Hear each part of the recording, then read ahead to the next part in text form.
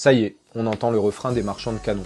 Il va falloir travailler plus longtemps, il va falloir travailler plus, il va falloir accepter de faire des coupes budgétaires supplémentaires comme si elles n'étaient pas présentes depuis 40 ans. Tout ça pour financer quoi? L'effort de guerre. Et qui va payer la volonté d'aller au carnage? Ce sont certainement pas les patrons du CAC 40, les Thales, les Dassault, mais bel et bien les travailleurs et leurs enfants. On nous rabâche déjà à longueur d'antenne que la jeunesse est dans un grand élan patriotique et qu'elle serait prête à aller mourir au front. Bref, on se retrouve propulsé directement en 1914. La logique d'embrigadement de la jeunesse ne date pas d'hier. Macron a d'ailleurs mis en place le service national universel qui a été financé directement sur les fonds de l'éducation nationale avec cette volonté explicite de militariser les jeunes.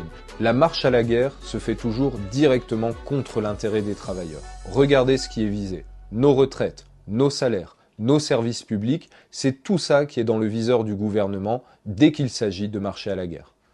Dès que la question de la guerre a été mise sur la table, Bayrou a immédiatement mis fin au conclave en disant qu'il n'y aurait pas d'abrogation de la réforme des retraites et qu'il fallait même envisager un report de l'âge légal de départ. La seule chose que nous promettent les gouvernements avec la perspective de la guerre, c'est du sang et de la sueur, mais du sang et de la sueur pour les travailleurs. Certainement pas pour ceux qui continuent à engranger des richesses sur le dos de ceux qui iront mourir au front.